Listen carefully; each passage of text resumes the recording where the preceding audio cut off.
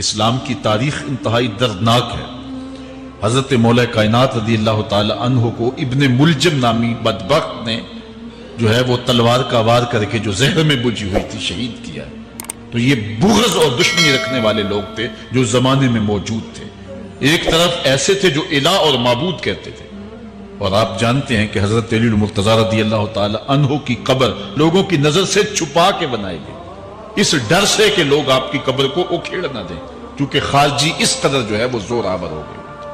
اسلام کی تاریخ دردناک ہے۔ حضور علیہ السلام فرماتے ہیں جتنے دکھ مجھے دیے گئے کسی کو نہیں دیے گئے، کسی نبی کو نہیں پہنچے۔ حضرت صدیق اکبر رضی اللہ تعالیٰ عنہ کی 2 سال 2 ماہ 8 دن دور خلافت آپ کا زمانہ دیکھیں، ٹکنے نہیں دیا گیا، سازشیں، مصائب، اعلان۔ حضرت سیدنا عمر رضی اللہ تعالیٰ عنہ کو شہید کیا گیا۔ حضرت عثمان غنی رضی اللہ تعالیٰ عنہ پہ 40 دن پانی بند رکھا گیا اور پھر انہیں شہید کیا گیا۔ حضرت مولا کائنات شہید کیے گئے۔ حضرت امام حسن کو زہر دیا گیا۔ حضرت امام حسین کو بچوں کے سامنے ذبح کر دیا گیا۔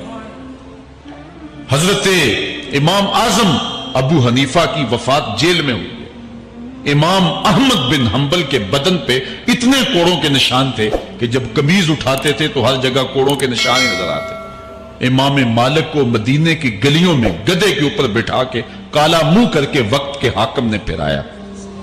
حضرت مجدد الفسانی علیہ رحمہ کو گوالیار کے قلعے میں جو ہے وہ قید کیا گیا۔ علامہ فضل حق خیر آبادی کو جزیرہ انڈمان کالے پانیوں کی سزا دی گئی۔ اہل حق کی تاریخ دیکھیں، دردناک تاریخ ہے۔ آج بھی کابل میں، کندھار میں، قلعہ جنگی میں، دشت لیلہ میں، تورا بورا میں، تکریت میں، موصل میں، بغداد میں، کشمیر میں، غزہ میں، یہاں برما میں دیکھو کون سی قیامت نہیں توڑی جا رہی ہے۔ ہمارے ساتھ ماضی دیکھیں تو ہمیں بغداد کی وہ دردناک کہانی سامنے آتی ہے جب انسانی کھوپڑیوں کا مینار تعمیر کیا جا رہا ہے اور منگول سردار نے اپنی فوج کو حکم دیا تھا کہ جو کسی مسلمان کا سر نہیں لائے گا اس کا سر کاٹ کے اس مینار پہ لگائیں گے۔ پھر لوگ پیسے لے کے پھرتے تھے کہ مسلمان کا پتہ دے اور اس کی کھوپڑی کاٹی جائے۔ کچھ لوگ جان چھپانے کے لیے تہ خانوں میں گھس گئے، پھر دجلہ کا بند توڑا گیا، 1.25 لاکھ لاشیں ہم نے تہ خانوں سے نکالی تھی۔ اندلس کی تاریخ پڑھیں، ہمارے ساتھ جو قیامت توڑی گئی۔ مصر کے اندر 30,000 فاطمی کو شہید کیے گئے۔ غریب و سادہ و رنگی ہے داستان حرم، نہایت اس کی حسین اور ابتدا ہے اسماعیل۔ یہ اسلام کی تاریخی درد سے، خون سے بھری پڑی ہے۔ تو حضرت مولا کائنات سیدنا علی المرتضیٰ رضی اللہ تعالی عنہ کو اس وقت اگر خدا کہنے والے بدبخت تھے تو ان کو شہید کرنے والے اور اس ڈر سے کہ ان کی قبر کو کھیڑ نہ دیا جائے خارجی اتنے زور آور ہیں تو ان کو جو ہے وہ لوگوں کی نظروں سے چھپا کر کے جو ہے وہ رکھا گیا۔ اور ایک دور وہ بھی آیا کہ ممبروں پہ بیٹھ کے مولا علی کو گالیاں دی جاتی تھی۔ یہ تاریخ میں یہ دور بھی آیا۔ آپ پڑھیں تاریخ، بنو امیہ کیسا دور بھی دنیا نے دیکھا ہے۔ اسی لیے حضور نے فرمایا تھا من سب علی فقد سبنی، جس نے میرے علی کو گالی دی اس نے مجھے گالی دی۔ اور لوگوں نے ممبروں پہ بیٹھ کے باقاعدہ حکومت کی طرف سے یہ جو ہے وہ قانون تھا کہ تمہارا خطبہ مکمل نہیں ہوگا جب تک علی کو گالی نہیں دو گے۔ یہ لمحے بھی آئے جب اس دور میں دشمن علی موجود تھے، مبغضین موجود تھے اور افراط محبت میں رکھنے والے موجود تھے۔ تو یہ دور تو اسلام کا حضور کے دور سے 1400 سال پیچھے ہے، تو یہاں بغض رکھنے والے بھی موجود ہیں۔ اس عنوان کے ساتھ اگر عنوان چھیڑوں تو یہ لمبی گفتگو ہو جائے گی، یہ میرا موضوع نہیں ہے، لیکن اتنی بات میں کہوں گا، اللہ کا شکر ادا کرو، اللہ نے تجھے اہل بیت کے در کا بھی غلام بنایا ہے اور صحابہ کا بھی غلام بنایا ہے۔ کچھ لوگ صحابہ کا نام لے کے اہل بیت کو برا کہتے ہیں، کچھ اہل بیت کا نام لے کے صحابہ کے خلاف بکواس کرتے ہیں۔ ہمارے بزرگ فرمایا کرتے تھے صحابہ نبی کے در والے ہیں، اہل بیت نبی کے گھر والے ہیں۔ ہم کہتے ہیں گھر والوں تجھے بھی ہمارا سلام، در والوں تجھے بھی ہمارا سلام۔ ہم در والوں کو بھی سلام کرتے ہیں، گھر والوں کو بھی سلام کرتے ہیں۔ کسی نے حضور خطیب الاسلام سے پوچھا تھا کہ حضرت عائشہ افضل ہیں یا حضرت فاطمہ افضل ہیں؟ پوچھنے والے نے تو صاحبزادہ کو پھنسانا چاہا تھا، لیکن جن کے عقیدے صاف ہوں وہ پھنستے نہیں ہیں، ان کے عقیدے واضح ہوتے ہیں۔ تو حضرت صاحبزادہ نے فرمایا کہ میاں اگر دیکھو بیٹی ہونے کی حیثیت سے تو فاطمہ بیٹی ہے نبی کی اور عائشہ بیٹی ہے ابو بکر کی،